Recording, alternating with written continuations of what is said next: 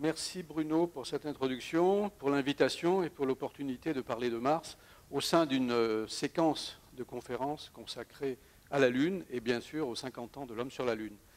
Mais il ne faut pas oublier que dans le programme NASA qui a été annoncé, qui peut changer évidemment, mais qui a été annoncé il y a 3 à 4 mois, la Lune est considérée, c'est écrit, comme une étape vers Mars. C'est Lune 2024 et Mars 2033. Une autre date, c'est celle d'Elon Musk et du projet SpaceX, alors qu'il y a souvent du retard dans ces programmes, mais dont l'objectif est d'envoyer des hommes autour de Mars en 2024. Je vais essayer de faire un tour d'horizon de tous les sujets liés à l'homme sur Mars, et j'espère que j'arriverai à vous montrer que, pour ceux qui ne connaissent pas, bien sûr, parce qu'il y a peut-être déjà des experts très pointus dans la salle, j'espère montrer que Mars est une planète vraiment extrêmement intéressante. Il y a énormément de mystères scientifiques qui lui sont associés et que c'est très intéressant qu'on y aille à un moment, on sera plus efficace. Alors, j'ai prévu un exposé du type, je parle de beaucoup de sujets avec une faible profondeur.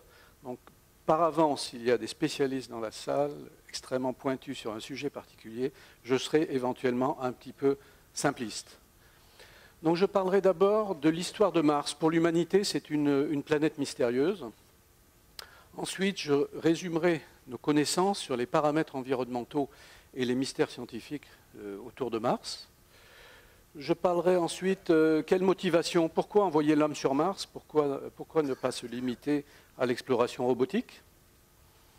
Ensuite, se préparer, c'est-à-dire qu'il y a aujourd'hui énormément de connaissances scientifiques qui ont été accumulées, qui en simplifient la réalisation d'un voyage vers Mars.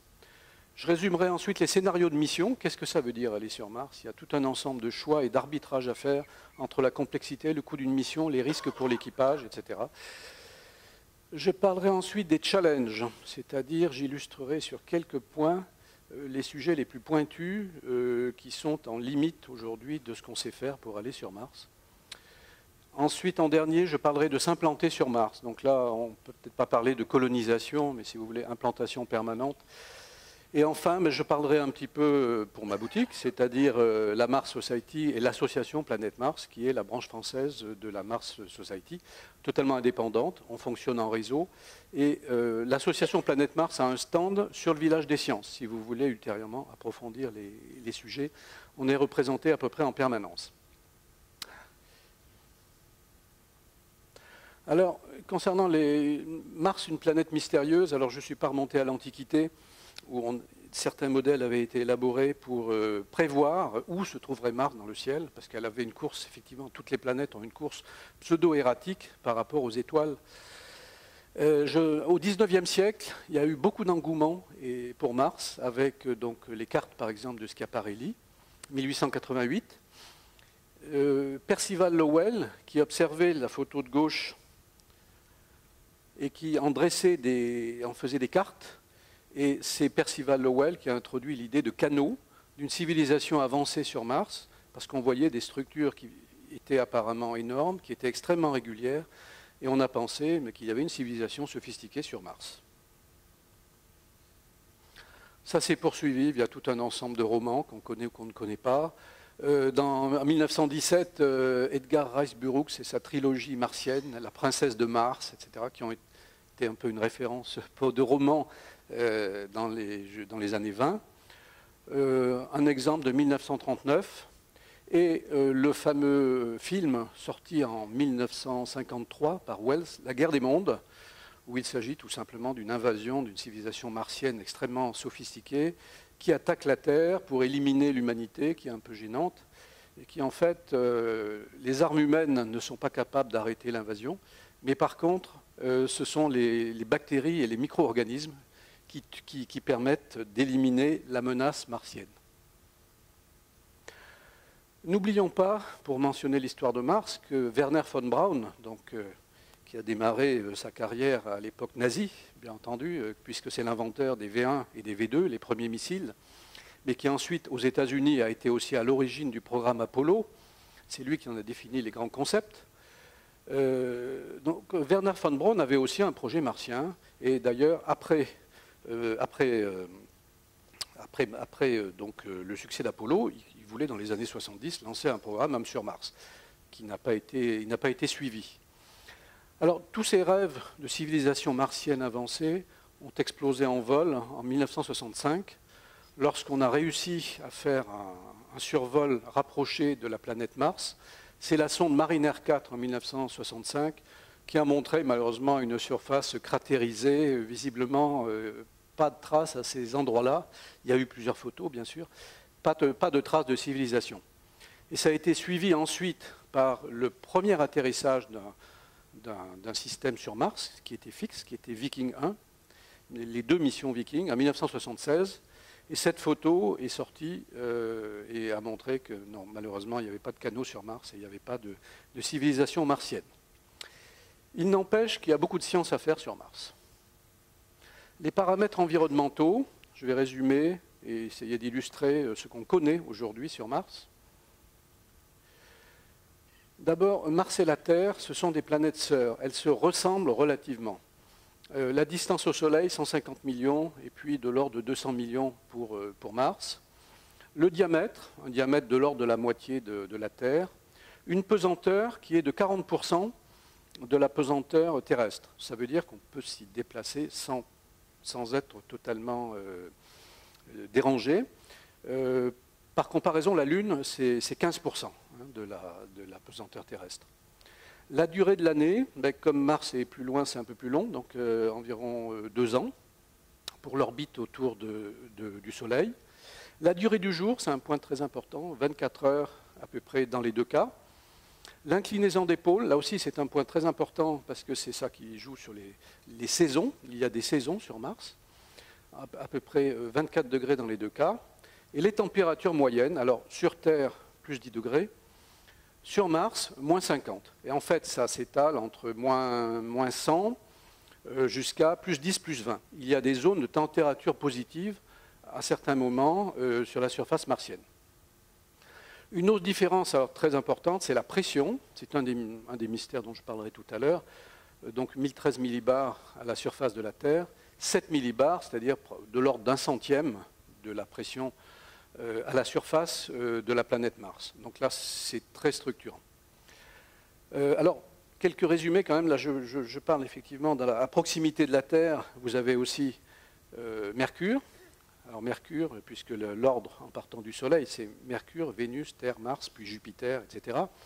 Donc Mercure est la plus proche du Soleil. C'est vrai qu'en termes d'environnement hospitalier, c'est à peu près 400 degrés de température à la surface. C'est ce qu'on connaît en résumé. Donc ce n'est pas très hospitalier pour s'y implanter un jour. Vénus, c'est une atmosphère qui est 100 fois plus, où la pression est 100 fois plus importante que sur Terre, et avec beaucoup d'acide sulfurique dans l'atmosphère. Donc ce n'est pas très convivial comme environnement d'accueil.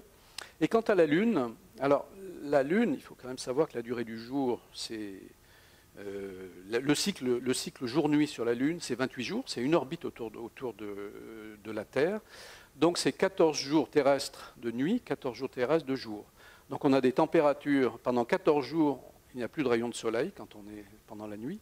Donc ça veut dire que des panneaux photovoltaïques sont très compliqués à fonctionner. Il faut des batteries importantes. D'autre part, vous avez des températures qui descendent à moins 170, moins 180 degrés. Et quand vous êtes 14 jours au soleil, vous avez des températures qui montent à 120 degrés. Voilà. Donc l'écart de température sur la Lune, moins 170 plus 120, c'est un environnement qui est extrêmement différent de celui de Mars. Quelques images qui montrent que l'atmosphère est ténue, mais elle est active.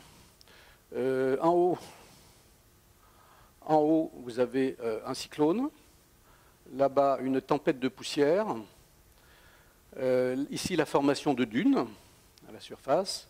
Et ici, ce qu'on appelle les dust devils, qui sont des micro-tornades, comme on peut en trouver sur Terre. Tout ceci, vous voyez, avec une échelle. Celui-là, c'est avec une échelle de 200 mètres pour... voilà. Donc ça représente à peu près 2 km, on va dire, une image de 2 km de dimension. Un autre point très intéressant sur Mars, c'est une histoire géologique très, très mouvementée. Un des appareils en orbite autour de Mars à l'heure actuelle s'appelle MGS, Mars Global Surveyor, et dresse, grâce à un radar, la cartographie altimétrique de Mars.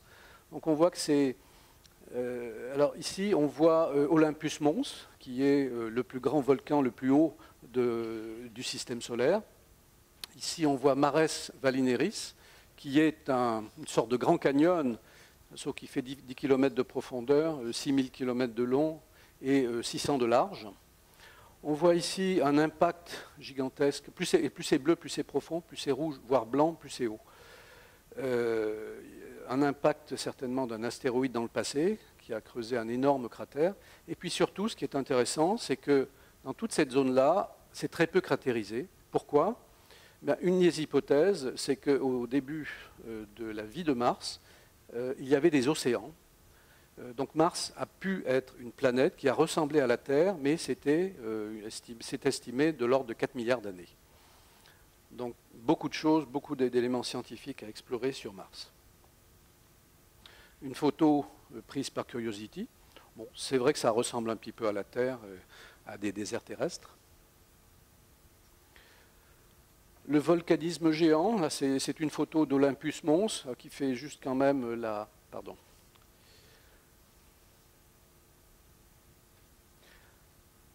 Le cratère fait 600 km de large, l'altitude 22 km, c'est le plus grand volcan du système solaire tel qu'on l'a pu l'identifier aujourd'hui sur des planètes telluriques. Les calottes polaires, donc on observe effectivement des stries qui peuvent résulter de fonte de glace.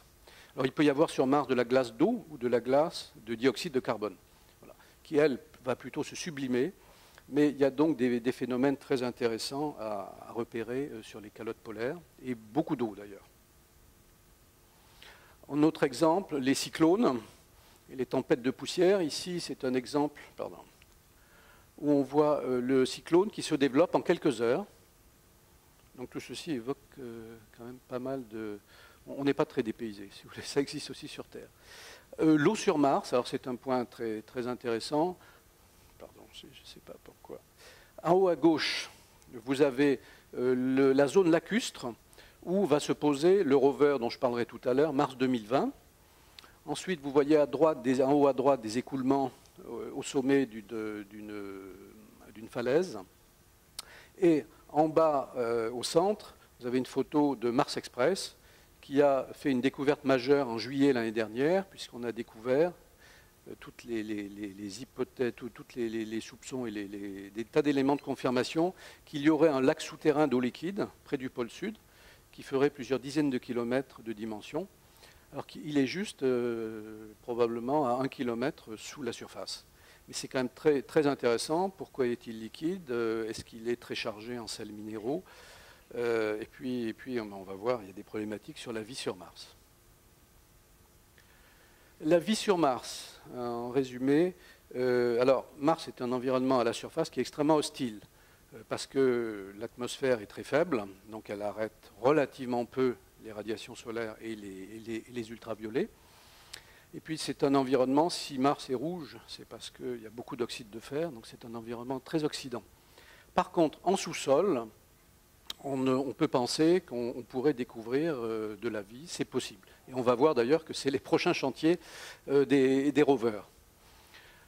Sachant que sur Terre, on a repéré, j'ai mis quelques références ici, des bactéries extrémophiles qui vivent dans des milieux extrêmement acides, extrêmement chauds, voire extrêmement froids. On a des indices, quelques mystères qui sont issus effectivement de l'observation de Mars. Il y a des bouffées de méthane régulières, c'est ce que j'ai représenté ici, qui apparaissent, qui disparaissent selon ce qui pourrait ressembler à un cycle des saisons. Et ceci, vous voyez, dans des zones où on pourrait penser que l'environnement est favorable à la vie en sous-sol, au moins. Après, n'oublions pas que la sonde Viking 1, la première sonde qui s'est posée en 1976, a détecté la vie. L'un des instruments a pris un peu de terre martienne, l'a mis dans un bouillon de culture et a essayé de détecter les gaz qui pouvaient en ressortir.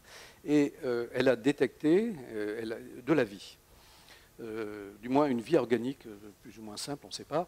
Mais le problème, c'est qu'elle avait deux autres instruments, dont l'un devait repérer des molécules organiques, Et ça n'a pas, il y a eu un résultat contradictoire. Et in fine, les scientifiques ont décidé qu'on n'avait pas détecté la vie. Mais c'est quand même un élément, un soupçon. Voilà. Alors, rappelons qu'en mars 2020, en 2020, on a donc une fenêtre de tir vers Mars qui se produit tous les 2 ans, et un peu plus. Et donc on va envoyer 2 rovers sur Mars. Pardon, j'ai mis ExoMars, c'est pas ExoMars. Si, pardon, c'est ExoMars. Le rover Mars 2020, qui est un rover de la NASA, je vais revenir dessus très rapidement, et le rover ExoMars, qui est le premier rover européen qu'on a l'ambition de faire atterrir sur Mars, qui, eux, tous les deux, auront des charges utiles destinées à détecter des molécules organiques et des traces de vie. Alors, si jamais on découvrait de la vie sur Mars, il y aura une question qui se pose, donc ce sera probablement une vie microbienne en sous-sol. Est-ce que c'est issu d'une cross-fertilisation Terre-Mars, puisqu'on sait que sur Terre, on a trouvé des météorites d'origine martienne, donc il y a des échanges de matière entre la Terre et Mars, ou est-ce que ce serait une deuxième origine de la vie? Donc ce serait un sujet tout à fait passionnant et qui révolutionnerait beaucoup de choses. Pourquoi aller sur Mars? Alors, je voudrais juste dire que les rovers, je vais y revenir, mais si vous voulez, ça avance, un rover, ça avance de quelques dizaines de mètres par jour. Ça reçoit pendant quelques minutes chaque jour les ordres le plan de travail pour le lendemain. Donc ça les reçoit de la Terre. Donc c'est pas très flexible, bien que l'avantage, c'est qu'ils ont connu une durée de vie, les rovers qu'on connaît ont une durée de vie très supérieure à ce qu'on anticipait au départ, puisque le dernier, Opportunity, je crois, a duré 15 ans, alors qu'il était prévu pour quelques mois. Voilà. Donc ça, c'est le côté positif. Le côté négatif, c'est que c'est vraiment piloté par la Terre, il y a beaucoup d'overhead, et on avance de quelques dizaines de mètres par jour. Alors, ce qu'on dit, je n'ai pas réussi à retrouver l'origine de cette citation, mais certains disent qu'un géologue sur Mars ferait en une journée ce qu'un rover fait en 3 mois. Voilà. Donc, dans un environnement scientifiquement très riche, ça pourrait être beaucoup plus efficace. Alors, pourquoi aller sur Mars? Alors, il y a plusieurs raisons, il y a toutes sortes de raisons. Je commence par les plus abstraites, les plus long terme, les sujets philosophiques. En haut à droite, la citation d'Elon Musk quand il a annoncé officiellement son projet martien lors d'une conférence internationale d'astronautique au Mexique. Le titre était « Making Humans a Multiplanetary Species », faire de l'humanité une espèce multiplanétaire. Ça donne une vision. Un autre exemple, c'est que vous avez peut-être entendu parler de l'initiative Mars One, qui n'était pas très sérieuse, pas très fondée scientifiquement. C'est un Hollandais qui a fondé une société qui proposait aux gens d'aller sur Mars pour un voyage aller simple.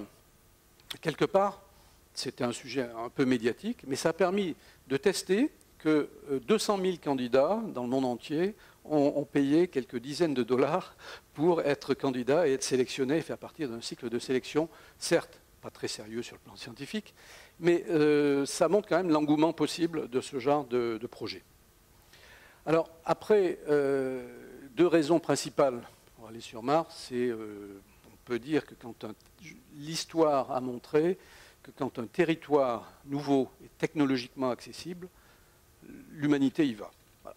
On peut dire qu'il y a des études de génétique des populations qui tendent à montrer que les Indiens d'Amérique, en fait, sont issus de populations asiatiques, passées il y a environ 10 à 15 000 ans par le détroit de Bering, et qui ont peu à peu peuplé depuis l'Amérique du Nord jusqu'à l'Amérique du Sud. Parce que le détroit de Bering était suffisamment bas pour qu'ils puissent explorer et traverser. Bon, les Vikings, autour de l'an 1000, qui ont abordé l'Amérique du Nord avant Christophe Colomb, les grandes explorations, y compris les grandes explorations conduites par les Chinois au XVe siècle, ça a été la seule, et puis enfin le peuplement des États-Unis avec une émigration massive d'Europe pour occuper un territoire qui est le territoire américain. Alors, il y a une deuxième raison, qui est la protection contre le risque d'extinction. C'est vrai que ça fait partie de ces événements, un peu comme en finance, on parle d'événements catastrophiques avec une probabilité infime, mais ils se produisent parfois. La protection contre le risque d'extinction, donc c'est l'astéroïde. Aujourd'hui, on a répertorié, la NASA a un programme pour répertorier des astéroïdes supérieurs à 10 km de diamètre. On en a identifié 90%, mais régulièrement, on voit un astéroïde de quelques kilomètres qui passe récemment encore entre la Terre et la Lune, donc à une distance assez proche. Il y a le supervolcanisme, par exemple, aux États-Unis. Il y a une zone, un célèbre parc dont je ne retrouve plus le nom, et c'est Yellowstone qui est en fait un gigantesque volcan qui un jour se réveillera géologiquement. Une pandémie, la survenue d'un virus catastrophique. Il ne faut pas oublier qu'au Moyen-Âge, un tiers de la population européenne a disparu suite à l'arrivée de la peste depuis l'Asie. Une guerre nucléaire, pourquoi pas, Chine, États-Unis, on ne sait jamais, personne ne le veut, mais d'autres guerres se sont déclenchées sans qu'aucun des deux belligérants ne l'ait anticipé, par des enchaînements catastrophiques. Et puis enfin, l'accélération du changement climatique. On sait que le permafrost en Sibérie, au Groenland, contient énormément de méthane enfoui. Quand il est gelé en permanence, il n'y a pas de problème. Quand il commence à dégeler, il pourrait dégazer des quantités de méthane gigantesques qui changeraient complètement le climat avec une accélération très très importante par rapport à ce qui se passe à l'heure actuelle. Bon, je ne veux pas être catastrophique, là on est dans la philosophie. Hein. Mais il faut quand même le prendre en compte puisque c'est quand même une des motivations. Alors, au point de vue scientifique, on peut dire que il y a trois raisons très intéressantes pour aller sur Mars. C'est la planétologie comparée. Donc mieux comprendre l'histoire de la Terre par rapport à l'évolution de Mars. Alors est-ce que la Terre a vocation à devenir ce qu'est devenu Mars aujourd'hui? Mars a perdu son champ magnétique et c'est peut-être une des raisons pour lesquelles l'atmosphère est si ténue, c'est-à-dire qu'il n'y a plus de protection contre les vents solaires, les vents de particules solaires. Exobiologie, j'en ai parlé, le mystère de la vie. Et enfin, l'exploitation des ressources. Comment peut-on exploiter, générer de l'air, générer de l'oxygène, à partir des ressources. Il y a des enjeux extra-scientifiques, bien sûr, à aller sur Mars. Il y a des motivations économiques. N'oublions pas que SpaceX, la société, si vous allez sur le site internet de SpaceX, vous voyez que son objectif, c'est de construire. Ça peut paraître ridicule, en fait, mais en pratique, il y a des conséquences très court terme. Son objectif, c'est de mettre en place des systèmes de transport qui permettront la colonisation de Mars à un certain horizon. Mais il n'empêche que SpaceX a développé un certain nombre de technologies pour ça, notamment la réutilisabilité des fusées, qui ont complètement perturbé le marché des lancements de satellites traditionnels et qui ont fait que, dans l'urgence, notre groupe européen Airbus a dû se restructurer pour rester compétitif. Donc l'enjeu économique existe, y compris à court terme. L'enjeu géopolitique, donc l'enjeu de suprématie d'un État par rapport à d'autres, c'est certainement ce que Trump veut relancer à l'heure actuelle, comme Kennedy pour la Lune à l'époque de la guerre froide. Et l'enjeu sociétal, c'est vrai que c'est un rêve scientifique. Moi, j'étais assez jeune à l'occasion d'Apollo, et c'est vrai que ça a tendance, quand on a un penchant pour les études scientifiques, ça a tendance à l'accélérer, et ça peut attirer des jeunes vers les études scientifiques, ce qui est un point toujours très, très positif. Alors, pourquoi aller sur Mars aussi? Parce qu'il y a des changements radicaux, j'ai évoqué SpaceX.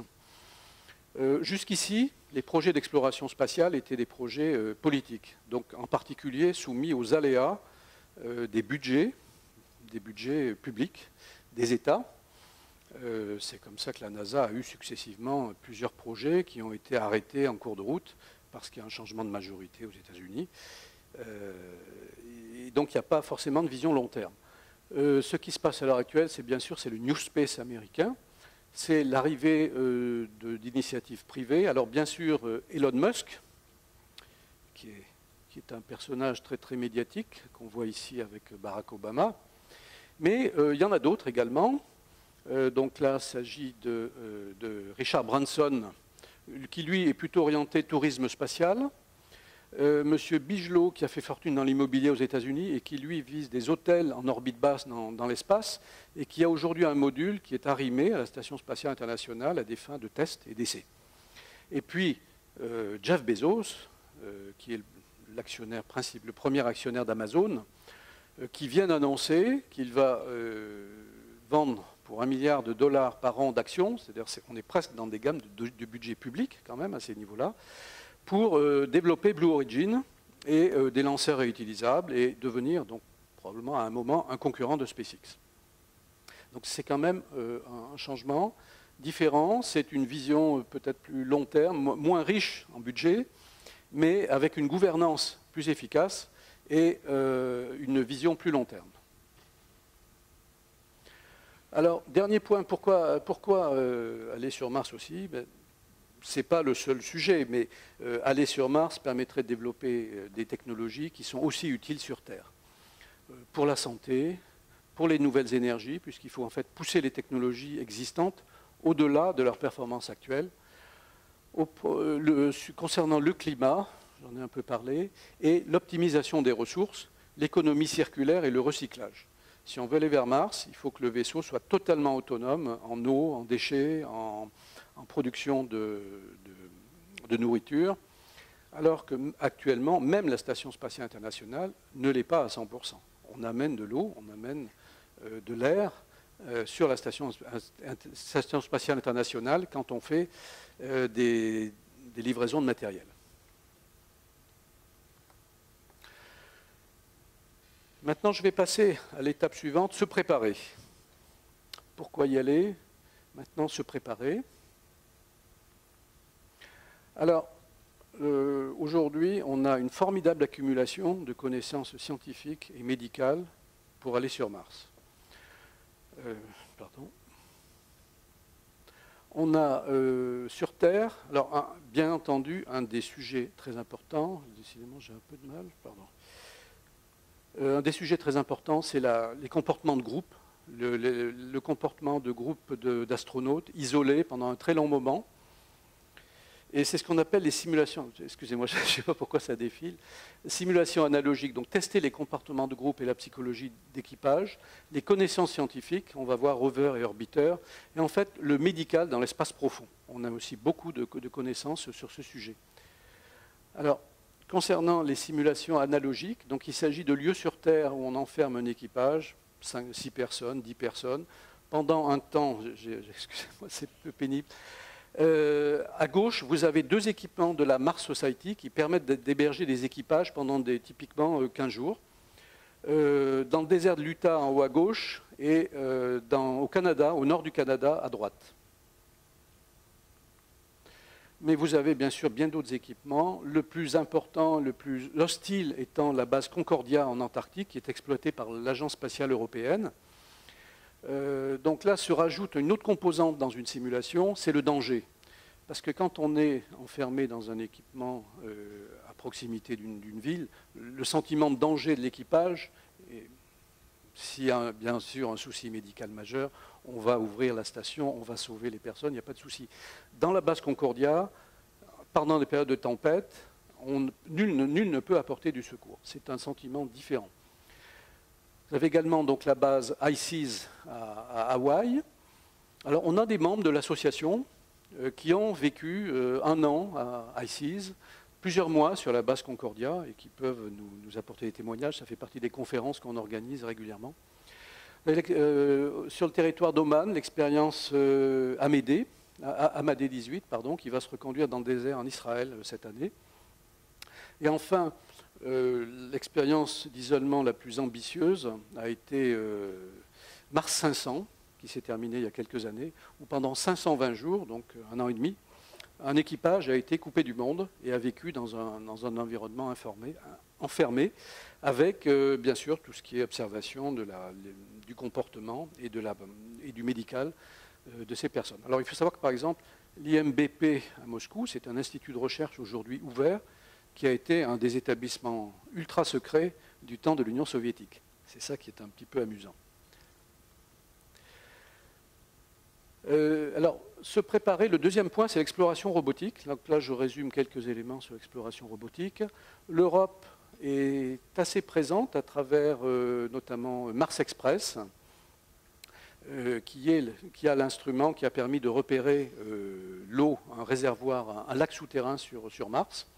Et également InSight, qui a atterri sur Mars il y a quelques mois. C'est une mission NASA, mais dont l'instrument que vous voyez qui s'est posé, je crois que d'ailleurs qu'il y a demain ou après-demain une conférence spécialisée sur ce sujet InSight au festival. C'est un instrument qui a été conçu par une société française et avec des experts scientifiques français, qui permet de mesurer la sismologie sur Mars. Alors, on parle bien sûr de l'Europe, on parle de la NASA, mais pas seulement. Lors du créneau de lancement 2020, la Chine a l'intention d'envoyer un rover. On parle beaucoup de la Chine avec une image lune, mais en fait, ils ont le projet d'envoyer l'année prochaine un rover sur Mars. Le Japon, lui, a un projet pour un lancement 2024 d'envoyer un rover non pas sur Mars, mais sur ses satellites, Phobos et Deimos, et avec une mission également de retour d'échantillons sur Terre. L'Inde, en 2013, a lancé un orbiteur pour l'observation de la planète Mars, avec des budgets qui ont incroyablement surpris, parce que ça a été fait avec des très petits budgets, et en fait, ça fonctionne très bien. Voilà. Et alors, n'oublions pas que sur le créneau 2020 aussi, les Émirats arabes unis ont le projet d'envoyer aussi un orbiteur qu'ils auront construit d'une manière totalement autonome. Donc, on parle beaucoup, bien sûr, de la NASA et de l'ESA, mais d'autres pays, et notamment la Chine, et ce n'est pas très connu pour la Chine, qui communique plutôt sur la Lune, s'y intéressent également. Voilà, ça c'est une image qui synthétise les 3 générations de rovers de la NASA. Donc là, vous avez Pathfinder, qui faisait une centaine de kilos. Là, vous avez Opportunity. Ces deux rovers, vous voyez, ont des panneaux solaires, et donc sont limités la nuit, c'est terminé. Et on a craint également qu'à cause de la poussière se déposant sur les panneaux solaires, ils aient une durée de vie très courte. En fait, non, ces micro-tempêtes qu'on a vues tout à l'heure nettoient régulièrement les panneaux solaires, et c'est comme ça qu'ils ont eu une durée de vie supérieure à 10 ans. Et là, à droite, vous avez Curiosity, qui est un véhicule qui fait 1 tonne. C'est vraiment un petit véhicule tout-terrain, qui lui est propulsé par un générateur électronucléaire, et qui est totalement indépendant de l'ensoleillement. Alors, mentionnons quand même ExoMars, le projet de l'ESA, le projet européen, donc sur la fenêtre de lancement en 2020. C'est très ambitieux. Alors jusqu'ici, on a fait 2 essais. L'ESA a fait 2 essais d'atterrir quelque chose sur Mars. Ça s'est mal passé dans les 2 cas. Jusqu'ici, il n'y a que les Américains qui maîtrisent une technologie permettant de poser en douceur un objet sur Mars. Donc le rover ExoMars a une spécificité, donc il est orienté, il a pas mal de charges utiles, mais elles sont orientées vers la détection de molécules organiques, et il a une capacité on vise à ce qu'il puisse creuser 2 mètres en profondeur, donc aller voir où on pense qu'il pourrait y avoir des traces de vie. Donc c'est évidemment tout à fait capital pour la recherche en exobiologie. Le rover, un autre rover qui va partir l'année prochaine, c'est donc le successeur de Curiosity.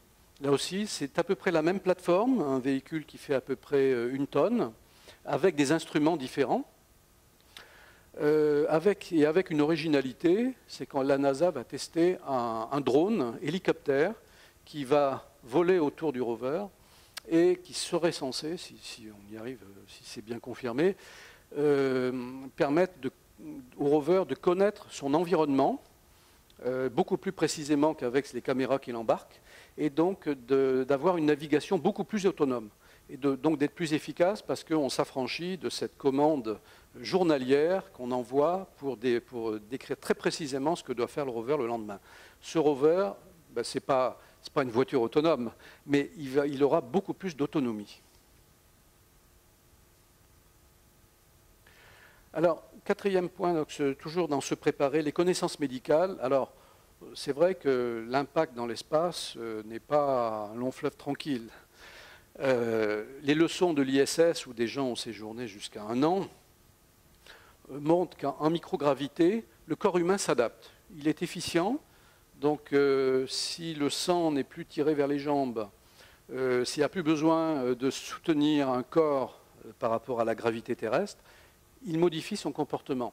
Donc on observe régulièrement une perte de masse osseuse, une perte de musculation et une diminution du volume sanguin et cardiaque. Donc ça n'est pas forcément un sujet de santé pour des gens qui resteraient dans l'espace, c'est un sujet de santé quand on revient sur Terre par contre. Donc ce qui veut dire qu'aujourd'hui, on sait gérer ce genre de choses. Les astronautes dans l'ISS doivent pratiquer 2 à 3 heures d'exercice physique par jour, c'est ce que j'ai montré ici, et par ailleurs, ils ont une médication adaptée. Mais ça, on va dire, c'est l'adaptation naturelle du corps humain. Après, alors, vous avez l'environnement radiatif. Dans l'espace, il y a un certain nombre de radiations. J'y reviendrai plus à fond.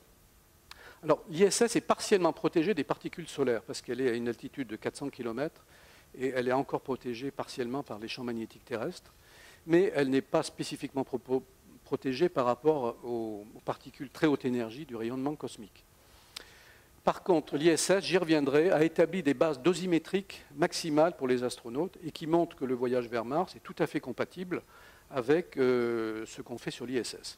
Ça, c'est un point extrêmement important. J'y reviendrai spécifiquement parce qu'il y a un ensemble de personnes qui disent que le voyage spatial profond dans l'espace profond n'est pas possible pour les êtres humains à cause des radiations. C'est faux. Et c'est faux sur une base scientifique, sur une base de mesure. Alors, ça n'est pas simple non plus, mais si vous voulez, ça n'est pas rédhibitoire. Alors après, il y a d'autres problèmes mal compris. Il y a par exemple, chez certains astronautes, chez 50% des astronautes masculins, une diminution de la vue qui n'a pas été bien comprise. Voilà. Je résume quand même en disant qu'on connaît aujourd'hui très bien les conséquences médicales d'un séjour prolongé dans l'espace et qu'on sait ce qu'il faut faire. Les scénarios de mission. Donc là, on a vu comment se préparer. Les connaissances scientifiques qui ont été accumulées. Concernant, pardon, on termine à 45, je crois, hein, c'est ça l'objectif. Oui. Donc les scénarios de mission, ben, c'est qu'est-ce qu'on fait, quel véhicule, quelles orbites pour aller sur Mars. Alors là, je ne vais pas vous expliquer le détail de ce schéma. Je voudrais juste illustrer avec ça quelle est l'approche différente entre un projet NASA et un projet SpaceX.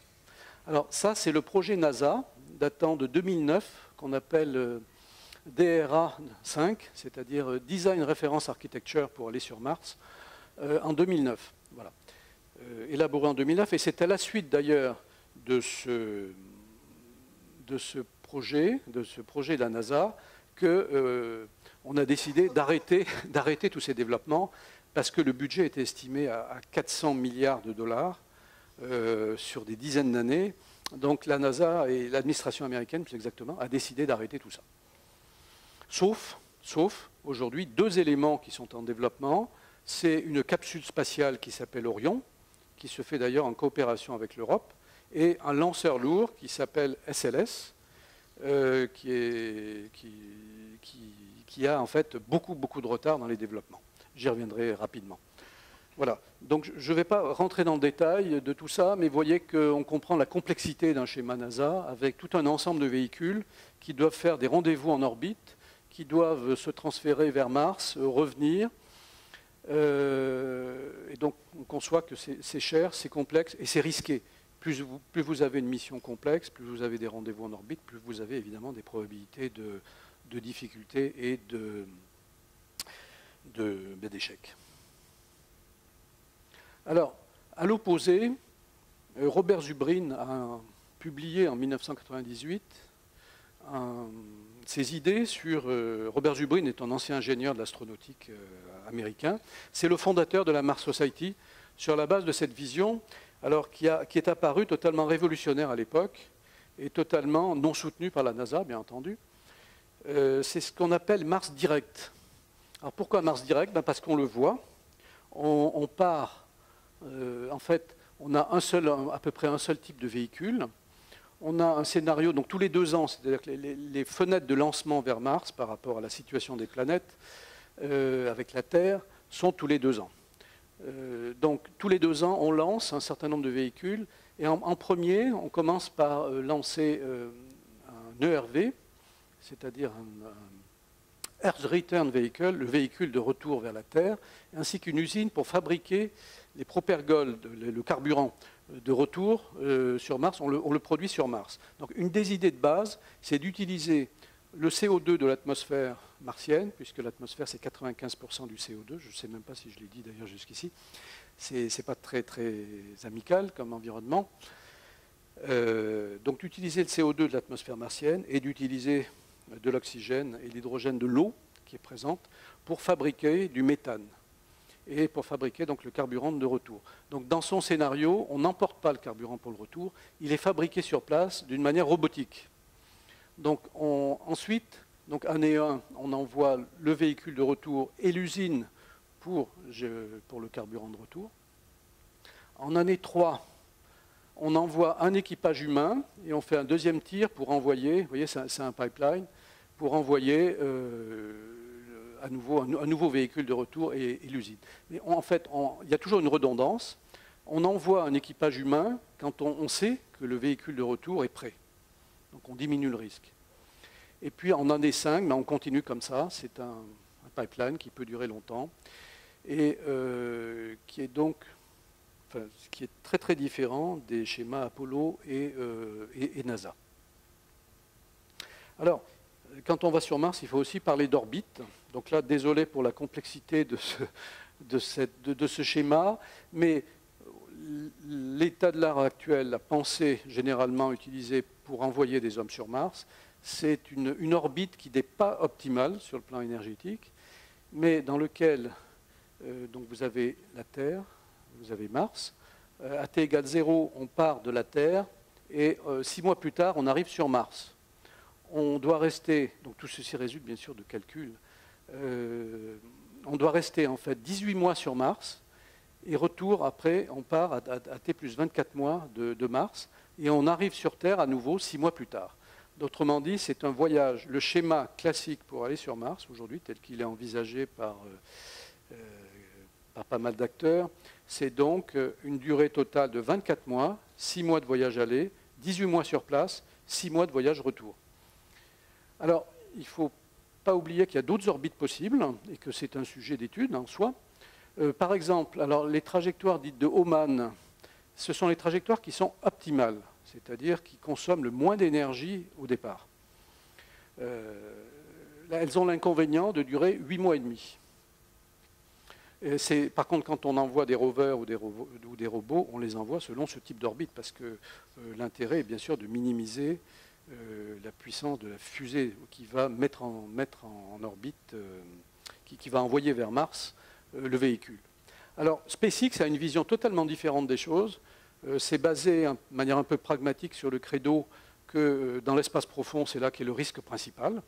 Sur Mars, il y a toujours un risque une fois qu'on est arrivé, mais c'est vraiment l'espace profond qui est le risque principal, le risque radiatif, le risque de maladie, le risque de problèmes sérieux de psychologie d'équipage, le risque de problèmes techniques.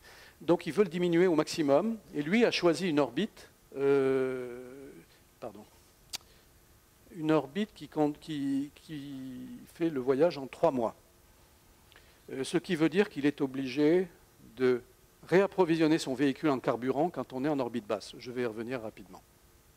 Voilà. Ceci pour dire, sans rentrer dans les détails techniques, qu'il y a différentes orbites possibles, qu'il y a des arbitrages à faire entre le risque, entre le coût, qui est représenté par le carburant qu'on doit embarquer au départ, et puis la performance et la durée. Alors, les scénarios de mission là, pour SpaceX, je vais y revenir très, très rapidement.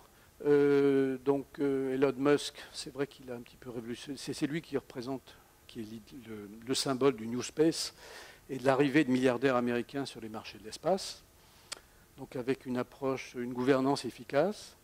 Son objet social, c'est de permettre la colonisation de Mars. Alors, est-ce qu'il a les moyens de financer ou pas? De toute façon, il lui faut un soutien de la NASA. Il y a des partenariats publics-privés qui ont été montés avec ces systèmes, les systèmes Dragon, les systèmes Falcon 9 actuels. Par exemple, il a un contrat long terme avec la NASA pour approvisionner la Station spatiale internationale. Mais par contre, il a autofinancé le développement de ces fusées. C'est très différent du contrat SLS passé à Boeing, où on passe des contrats de recherche et développement à l'industrie. En fait, la NASA se comporte plutôt en client d'un service de lancement plutôt qu'en financeur d'une construction de fusée. C'est très différent dans l'esprit et ça joue sur la performance économique, sur l'efficacité du service final. Alors, est-ce que Musk aura la possibilité de financer son patrimoine est estimé aujourd'hui à peu près 90 milliards de dollars, mais c'est beaucoup moins solide que celui de Jeff Bezos, par exemple, qui est du même ordre. Alors, le schéma très rapidement, à droite. Alors, comme il a l'objectif martien, il choisit pour ses lanceurs lourds un ergol qui est du méthane. Pourquoi? Parce qu'on va le produire sur Mars pour le retour. Et c'est d'autre part aussi parce que c'est beaucoup plus facile à gérer que le dihydrogène.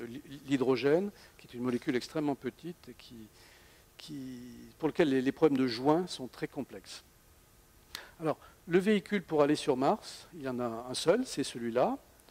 Il est conçu de manière très élégante, très rationnelle, avec des moteurs qui sont réorganisés, voilà. Bref, je ne vais pas rentrer dans les détails techniques. Un véhicule qui fait 100 mètres. Donc là, vous avez le booster pour mettre en orbite basse, et vous avez le véhicule qui pourrait emporter soit du carburant, soit des humains.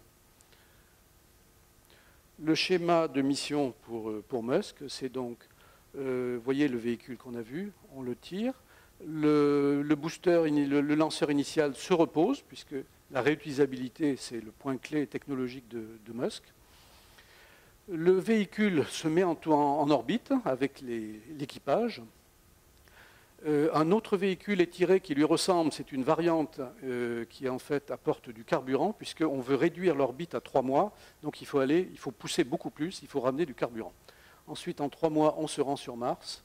Et là aussi, c'est le même système. On produit localement le carburant pour revenir. Voilà, alors, voilà quelques schémas de mission. Lequel gagnera? On verra. Les challenges. Alors, donc aller sur Mars, j'espère vouloir faire passer le message que c'est technologiquement accessible à un horizon d'une dizaine d'années et dans des budgets dont je vais reparler, mais qui ne sont pas inaccessibles par rapport à d'autres projets humains. Mais c'est quand même pas un long fleuve tranquille. Donc, c'est évidemment dangereux et risqué. Alors, quels sont les challenges? Le premier challenge, donc la partie la plus dangereuse, c'est le voyage vers Mars. C'est 3 mois ou 6 mois pour aller vers Mars, avec un isolement total. Donc, ne parlons pas du comportement humain, qui est un sujet évidemment très important, mais il faut également des systèmes d'une fiabilité totale. Voilà. Et il faut que le taux de panne possible soit extrêmement faible. Alors, par contre, avoir un équipage humain a un avantage, c'est qu'il confère la réparabilité. C'est-à-dire qu'il faut concevoir le véhicule pour qu'il soit réparable. Alors quand on envoie une mission robotique, ça n'est pas un sujet qui a une importance critique. Alors, quelques points ici très rapidement sur les challenges. L'EDL. Alors l'EDL, c'est l'arrivée sur Mars. Ça veut dire Entry, Descent, Landing. C'est l'entrée dans l'atmosphère martienne, la descente et l'atterrissage. C'est la partie la plus dangereuse. Je vais y revenir spécifiquement. Il faut quand même savoir que Musk a développé, pour des besoins terrestres aujourd'hui, 2 technologies très importantes. La rétropropulsion supersonique pour reposer aujourd'hui ces Falcon 9, ces boosters. Et alors, il est en train de travailler sur des systèmes de refroidissement pour le retour sur Terre, pour lutter contre l'échauffement avec des technologies qui sont totalement, radicalement innovantes. Voilà. Alors l'autre point important, bien sûr, c'est les systèmes de support vie. La limitation du dose de rayonnement, la production de carburant sur place, de manière robotique, et en même temps la génération d'énergie sur place, dans une colonie martienne ou sur un site, d'une manière colonie ou pas, mais présence martienne permanente sur Mars. Il faut évidemment produire de l'énergie. Est-ce qu'on le produit par des panneaux photovoltaïques, mais là de très très grande dimension, ou est-ce qu'on le produit par des générateurs électronucléaires? Alors, pour illustrer la complexité technologique de l'EDL, la phase de rentrée dans l'atmosphère, j'ai un petit film de la NASA sur l'arrivée de Curiosity. Donc Curiosity, c'est 1 tonne, c'est donc 10 fois plus que les rovers précédents, et on change radicalement de technologie avec ce facteur 10 sur les masses qu'on veut atterrir en bonne santé sur Mars. Le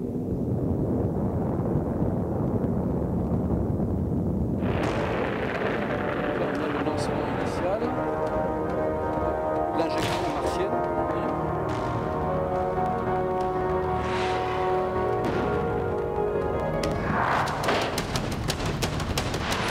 On a un premier freinage par un bouclier thermique, une adaptation.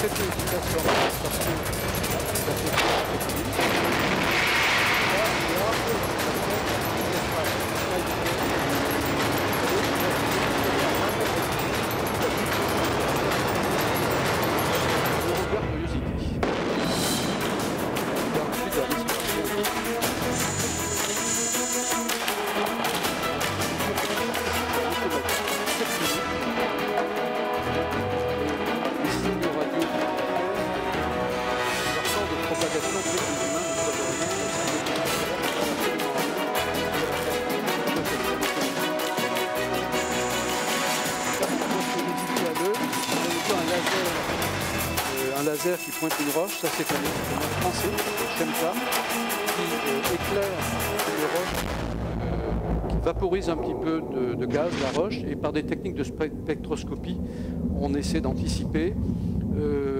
enfin de comprendre la composition de la roche. C'est un instrument français, Chemcam, et son successeur se trouvera sur le rover Mars 2020.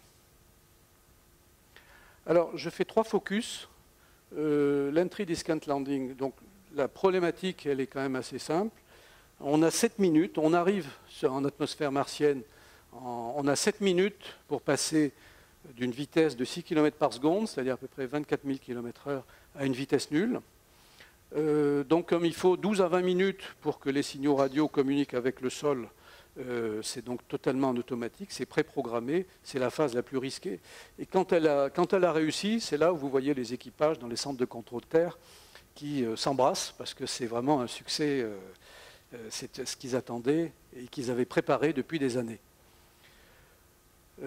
Donc on voit que ce qu'on a vu, les technologies, le Sky Crane pour Curiosity, ainsi que pour le futur d'ailleurs, Mars 2020, c'est quelque chose qui est radicalement différent. Quand on dépose 100 tonnes, on les a déposées sur des airbags. Vous voyez, le choc. L'arrivée finale, c'était le véhicule protégé par des airbags qui s'est posé sur Mars, qui a roulé sur lui-même un peu.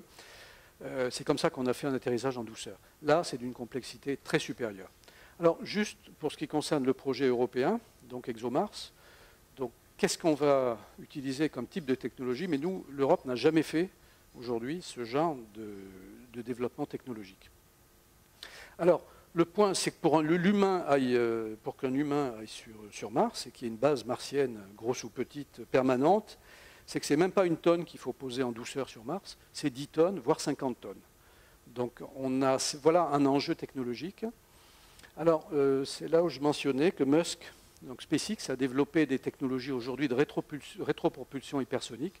Très concrètement, ça veut dire que vous avez une masse de 30 tonnes qui va avoir des réacteurs qui vont faire de la rétropropulsion et qui vont poser le système en douceur sur Mars. Mais c'est ce qu'on appelle rétropropulsion hypersonique. Donc tout ce qui est hypersonique, déjà, c'est d'une complexité inouïe en mécanique des fluides parce que c'est très instable.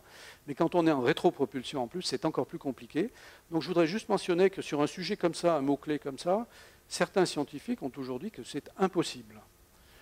Musk l'a fait, puisque en fait, c'est ce genre de technologie qui est utilisé pour reposer les corps de ces fusées. Falcon 9, aujourd'hui, quand il fait reposer sur le pas de tir la fusée qui vient de lancer un satellite, c'est typiquement ce type de technologie qu'il maîtrise. Le Focus 2 parmi les challenges, le retour sur Terre. Alors la question du bouclier thermique. Donc là, je représente une navette, n'importe laquelle, ça peut être la Buran soviétique qui n'a jamais existé, mais ou la navette. Vous voyez, le problème, c'est qu'on se pose en planée, on rentre là aussi à des vitesses extrêmement élevées dans l'atmosphère terrestre, et on a un échauffement sous la partie basse extrêmement élevé, puisqu'on a des températures de 2000 degrés en surface. Donc les technologies classiques pour faire ça, c'est des matériaux réfractaires. C'est ce qu'on a toujours fait aujourd'hui. La navette faisait ça avec des tuiles réfractaires, dont un certain nombre étaient changées lors de la maintenance du système. Mais c'était extrêmement coûteux. C'est ce qui a déçu d'ailleurs dans le coût de réutilisation des navettes spatiales.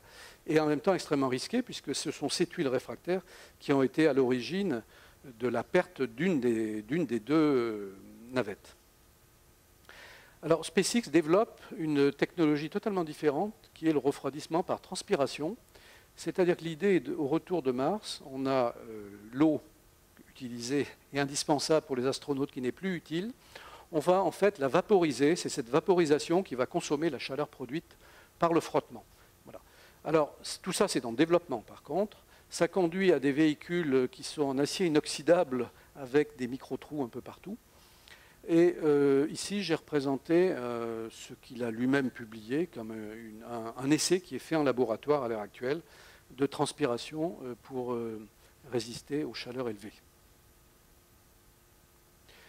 Le Focus 3, l'environnement radiatif pendant le voyage. Donc ça, c'est un peu un serpent de mer. Certains disent qu'il est impossible à l'homme de vivre dans l'espace profond à cause des radiations. C'est faux. Disons, on a des mesures objectives. En 2002, la sonde Mars Odyssey, qui est allée vers Mars, a mesuré taux de radiation moyen de l'ordre de 2 fois l'ISS, ce que l'astronaute subit sur l'ISS. En 2013, Curiosity a également un instrument de mesure de l'environnement radiatif, et il a mesuré quelque chose un petit peu supérieur à l'ISS. Alors, les doses édictées pour l'ISS, c'est sur la carrière entière, alors suivant si c'est un homme ou une femme et selon l'âge, entre 100 et 400 centisieverts, qui est l'unité de mesure d'irradiation, sur un an 50, sur un mois 25. En pratique, des simulations ont été faites qui montrent que sans événements solaires majeurs, pour un aller-retour Mars, donc 24 mois, on reçoit des doses qui sont tout à fait compatibles avec celles qui sont aujourd'hui tolérées sur l'ISS. Alors, un point quand même très important, c'est qu'il y a essentiellement 2 types de radiation. Il y a le rayonnement cosmique très haute énergie, mais à faible densité. Et puis, le vrai risque, qui peut être un risque mortel, c'est les tempêtes solaires, ce qu'on a appelé ici SPE, les bouffées solaires sporadiques.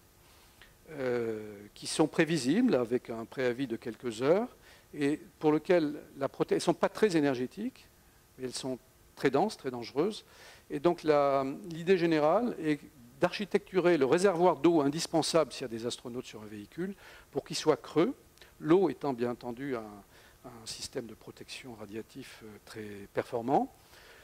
Et donc 30 cm d'eau, un réservoir creux, où les astronautes peuvent se loger pendant une période de bouffée solaire. Voilà. Donc, autrement dit, quand certains disent que la radiation fait qu'on ne pourra jamais aller dans l'espace profond, c'est faux, et c'est faux sur des bases tout à fait objectives, bien que ce ne soit pas, bien entendu, encore une fois, un long fleuve tranquille. Alors, je vais passer rapidement sur le sujet s'implanter sur Mars. Donc là, c'est un peu futuriste. Je vais juste parler d'une étude de l'association qui a été faite. On dimensionne, on a fait une recherche, donc c'est Richard Heidman qui a piloté cette étude, qui est mon co-auteur pour cette conférence, mais qui n'a pu être là aujourd'hui, qui a dimensionné tout un ensemble de systèmes et qui a estimé que le coût serait de l'ordre de 50 milliards de dollars. Alors, 50 milliards de dollars, ça peut paraître des sommes colossales, mais ça n'est pas les 400 milliards de dollars du projet Constellation à l'époque. Et d'autre part, si vous voulez, dans le monde militaire, c'est un coût équivalent au développement du prochain avion de combat franco-allemand. Donc la question n'est pas c'est pas une question de budget, c'est une question est-ce que c'est utile de dépenser cet argent? C'est ça le vrai sujet. Alors quelques défis techniques, là je vais aller très vite. Sur Mars, donc le premier, c'est le besoin de base universel, c'est l'énergie. Alors on a dimensionné, cette étude est téléchargeable sur notre site quand on est membre. Enfin, un petit avantage, il y a du contenu gratuit et du contenu pour les membres. Donc le scénario de colonie, c'est donc 5 MW électriques tous les 26 mois à produire. L'hypothèse de base, c'est le transport d'Elon Musk, parce que j'ai oublié de le dire, mais son véhicule, l'objectif, une fois que c'est établi, un régime établi, c'est 100 personnes par véhicule. Ensuite, il y a la production alimentaire, donc on anticipe 100 mètres carrés cultivés par personne, et également un problème industriel, construire les habitats, et les construire d'une manière la plus robotisée possible. Voilà un exemple de concept. Donc, ici, vous avez une protection contre les radiations, de façon à minimiser autant que possible, avec de la glace d'eau. Vous avez une zone de serre, vous avez une zone de vie, et ce système est scalable et peut donc s'emboîter les uns aux autres pour construire quelque chose qui peut ressembler à ça et qui pourrait héberger 1000 personnes.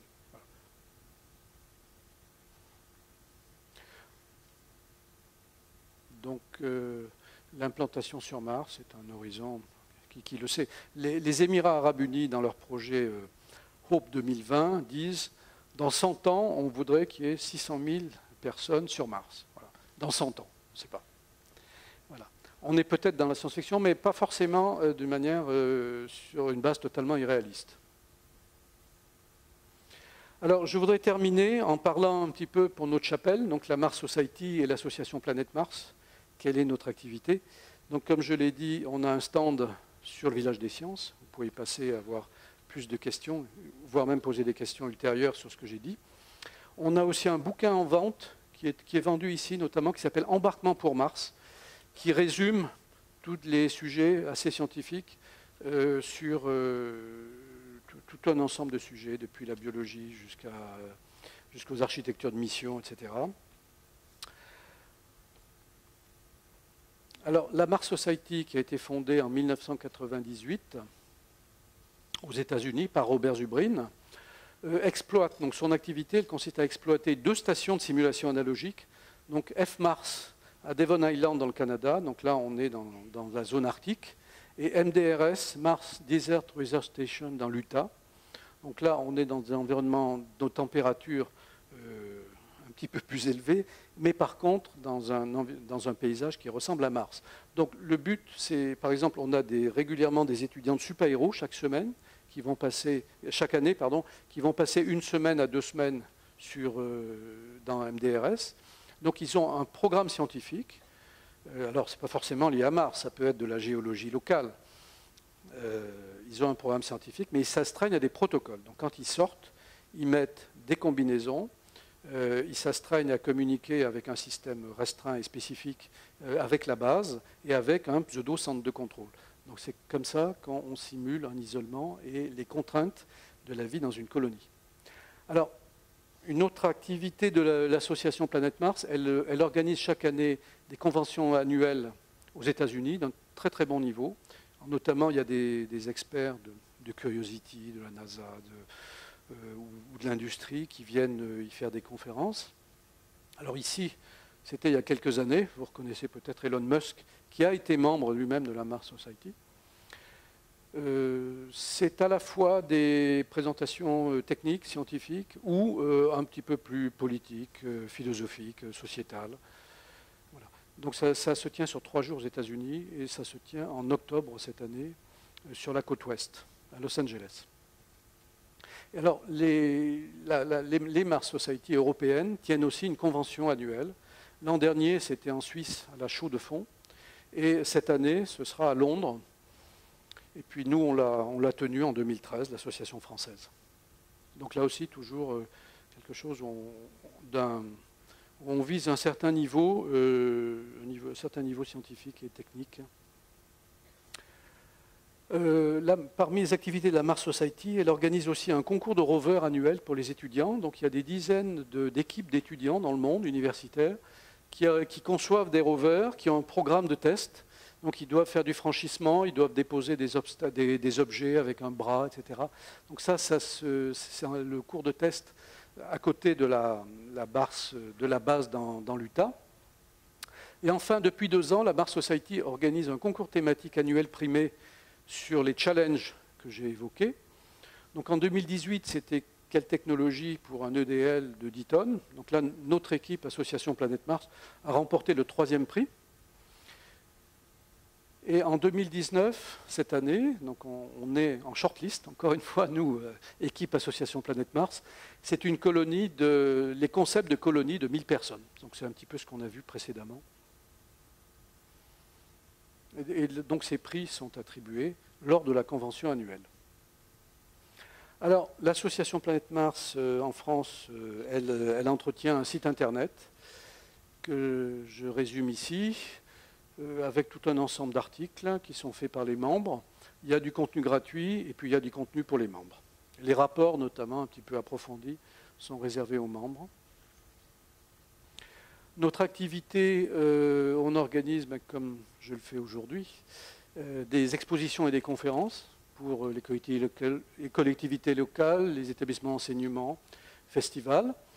On organise des conférences thématiques, alors souvent c'est effectivement en région parisienne.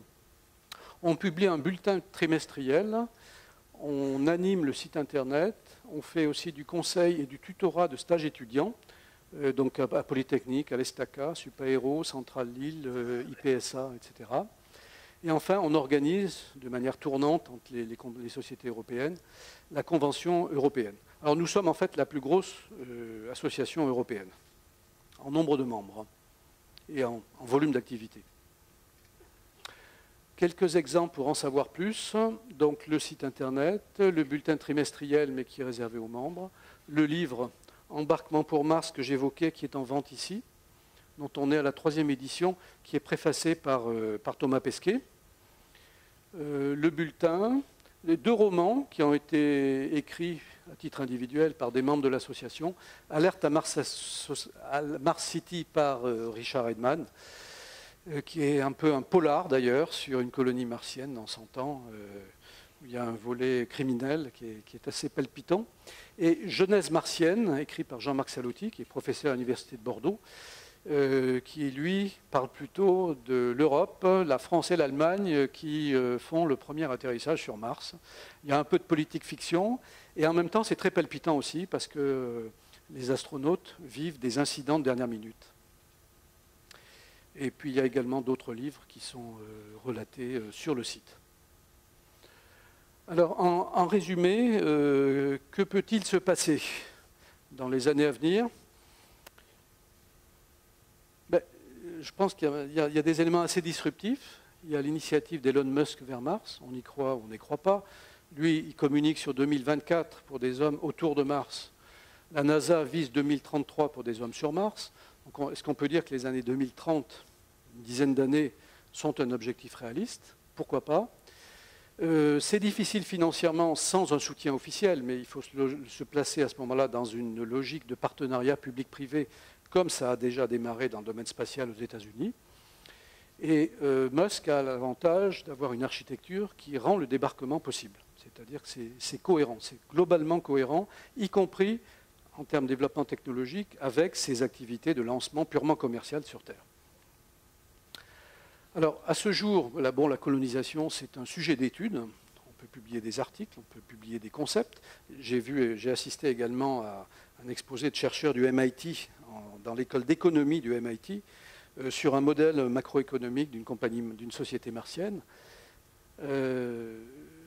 Donc, à ce jour, il y a des éléments positifs. Il y a des avancées probantes de SpaceX. Ce qui pourrait se passer aussi, c'est un changement de politique à la NASA, parce qu'elle soutient depuis pas mal d'années le développement du lanceur lourd SLS, donc 140 tonnes en orbite basse, qui n'en arrête pas d'avoir du retard. Alors qu'en attendant, le Falcon Heavy de SpaceX, ou prochainement Blue Origin et Jeff Bezos, arrivent sur le marché avec des capacités qui s'en rapprochent. Donc est-ce qu'un scénario ne pourrait pas être à l'avenir qu'à un moment, un politique américain décide d'arrêter les frais pour le SLS et de se tourner sur un système qui fonctionne ou qui commence à fonctionner, qui est le BFR de SpaceX, le Spaceship. Enfin, la colonisation, une présence permanente, je pense que ça ne se fera que si soit il y a une concrétisation de business, soit il y a un sujet de suprématie géopolitique, comme ça s'est produit pendant la guerre froide avec les soviétiques. Alors, je voudrais juste mentionner en conclusion que l'Europe, on n'est pas très très bien placé sur tous ces sujets-là. Si jamais ils s'accélèrent, on n'a aucun projet aujourd'hui en Europe de lanceur lourd, c'est-à-dire, pour citer des ordres de grandeur, 100 tonnes en orbite basse. Ariane 5, Ariane 6 est une amélioration économique d'Ariane 5. Ariane 6 et Ariane 5, c'est 20 tonnes en orbite basse, comme ordre de grandeur. Pour des projets de cette nature, d'espace profond, il faut à partir de 100 tonnes en orbite basse. Donc il faut 5 fois plus. On n'a pas de projet, y compris dans les cartons. Et enfin, on n'a pas non plus de projet ce qui concerne le vol habité, puisque quand on veut envoyer des astronautes dans l'espace au sommet de fusée, il faut des dispositifs de secours qui sont obligatoires, parce que tout ceci est un environnement qui est relativement réglementé quand même. N'importe quel opérateur privé ne peut pas faire ce qu'il veut pour lancer des véhicules dans l'espace. Donc aujourd'hui, on n'a aucun projet de lanceur lourd ou de vol habité. Alors, je voudrais clore sur cette dernière mention du président des États-Unis dans les années 1800, Thomas Jefferson, qui disait « It will take 1000 years for the frontier to reach the Pacific ».